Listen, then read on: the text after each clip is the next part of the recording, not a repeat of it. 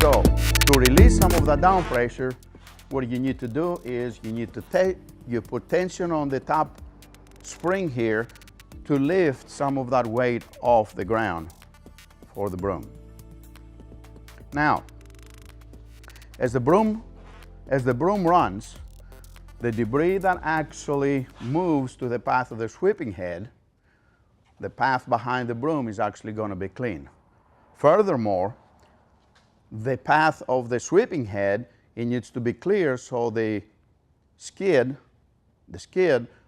on the side of the sweeping head is actually got a clear path and it doesn't run over rocks and debris like that.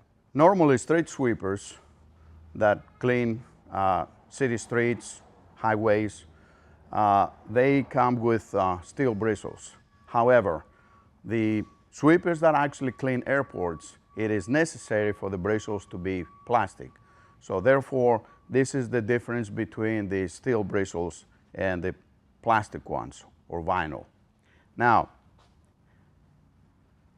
the tension of the spring for the broom with vinyl bristles, it needs to be greater than what it is with brooms that come with steel bristles. And the reason is the brooms are actually having a flickering effect to move the debris into the path of the sweeping head. So if there is too much down pressure on the broom with plastic bristles, therefore the bristles are going to bend too far, they're going to wear too fast, and therefore they're pushing the debris rather than flickering it. That is the difference. Now, as I said, 3 o'clock, 1 o'clock, that should be the strike pattern on the broom on the right-hand side. Now, the sweeping head, on the other hand, the side plate on the sweeping head needs to be directly to the ground so it will follow the pattern of the road and it will not allow anything, any kind of debris, sand, gravel, whatever, to move or blow to the side of the sweeping head. The rear flap of the sweeping head, it needs to be sealing all the way across to the pavement. That will not allow any kind of trail when the sweeping process is being done. Moving to the left-hand side of the sweeper, again, the left-hand side broom, the adjustment on the left-hand side broom, it should be 9 o'clock to 1 o'clock. So therefore, anything on this side of the street is going to be cleaned up and the debris will be moved and diverted into the path of the sweeping head.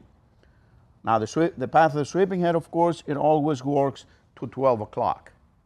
Now, as we can see, the side plate is all the way sealing to the ground, so therefore it's not going to be any kind of trail or blow-by to the side of the sweeping head.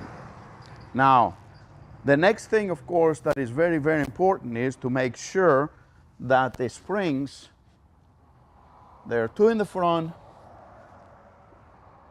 and 2 in the rear of the sweeping head. Those springs, they're going to have to be tight so it will allow the sweeping head to glide over the pavement so it doesn't wear the skid plates abnormally. There are some adjustments that have to be done with the curb brooms. One of the adjustments is, of course, the tension of the outside spring. The tension of the outside spring depending on how fast you want the broom to come out. The broom is coming out with the help of the outside spring and the rotation of the broom. It is not pushed out hydraulically.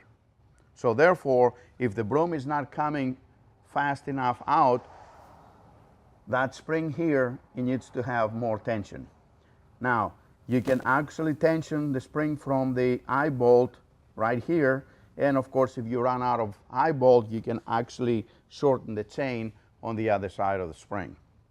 Now, of course, the top spring here, it is actually the adjustment for the down pressure, and of course, the adjustment is done by the eye bolt here. Now, anytime, of course, that the broom needs to be adjusted as far as the strike pattern goes, the adjustments need to be done without any tilt on the tilt cylinder here. And of course, the GEO, the gutter broom extension override, actuator needs to be all the way out.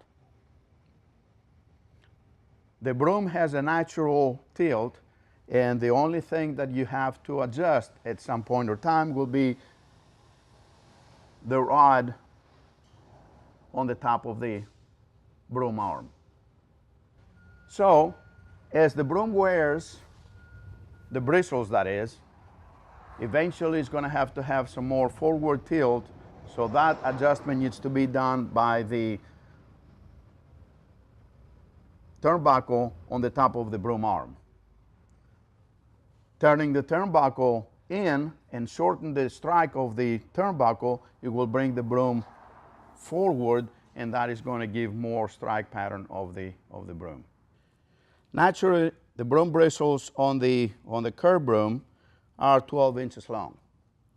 So in order to keep the flickering effect that we talked about on the curved broom to clean the path of the curb, the broom should be changed at 6 inches. That is a halfway to the length of the bristle.